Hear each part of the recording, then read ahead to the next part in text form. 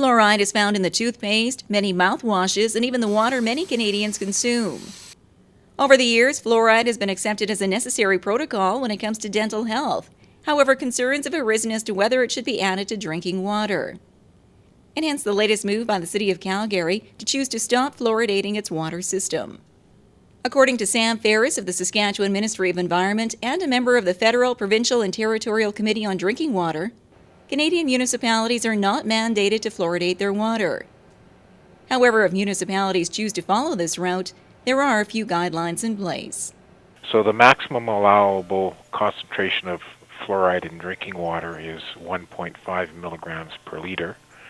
That's been in effect for, as a legally enforceable standard written in regulation since December of 2002.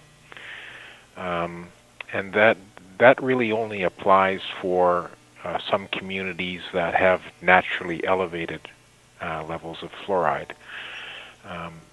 What typically happens is that a municipality would decide on its own through a plebiscite as to whether they want to fluoridate their drinking water or not. So the levels that the province uses, the 1.5 milligrams per liter maximum allowable concentration, and the 0.7 milligrams per liter, which is basically an optimal target concentration for fluoridation of drinking water if the community chooses, are all based on the national guidance that put together by the Committee on Drinking Water.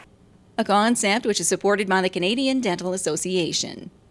Well, the Canadian Dental Association since 1953 has supported community water fluoridation at levels recommended by the Federal, Provincial, and Territorial Committee on Drinking Water, I think it is.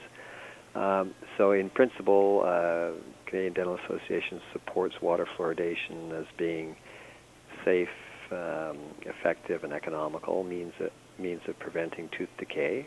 And despite the pros to using fluoride, Swan goes on to add that there is a downside to excessive levels of fluoride, which include rare cases of fluorosis.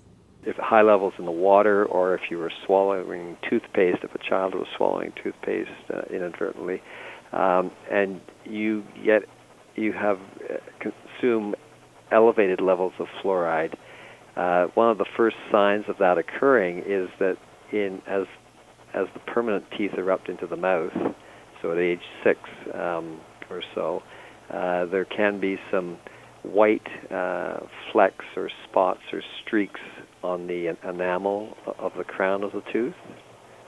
And usually this is considered very mild, and it goes very much unnoticed. If there can be more moderate and severe cases of dental fluorosis that are of concern and that need addressing. But for the vast majority of the vast majority of Canadians do not have dental fluorosis. According to stats from the Saskatchewan Ministry of Health, the cities of Swift Current, Saskatoon, Weyburn, Moose Jaw, Melfort, and Humboldt account for some of the 44 communities across Saskatchewan who either fluoridate their water or have natural occurring fluoride in their water system. And most bottled water is now comprised from a reverse osmosis filtration process, and therefore fluoride will likely be removed from the water with other trace minerals. For more information on fluoride in your drinking water, contact your local municipal or public health office.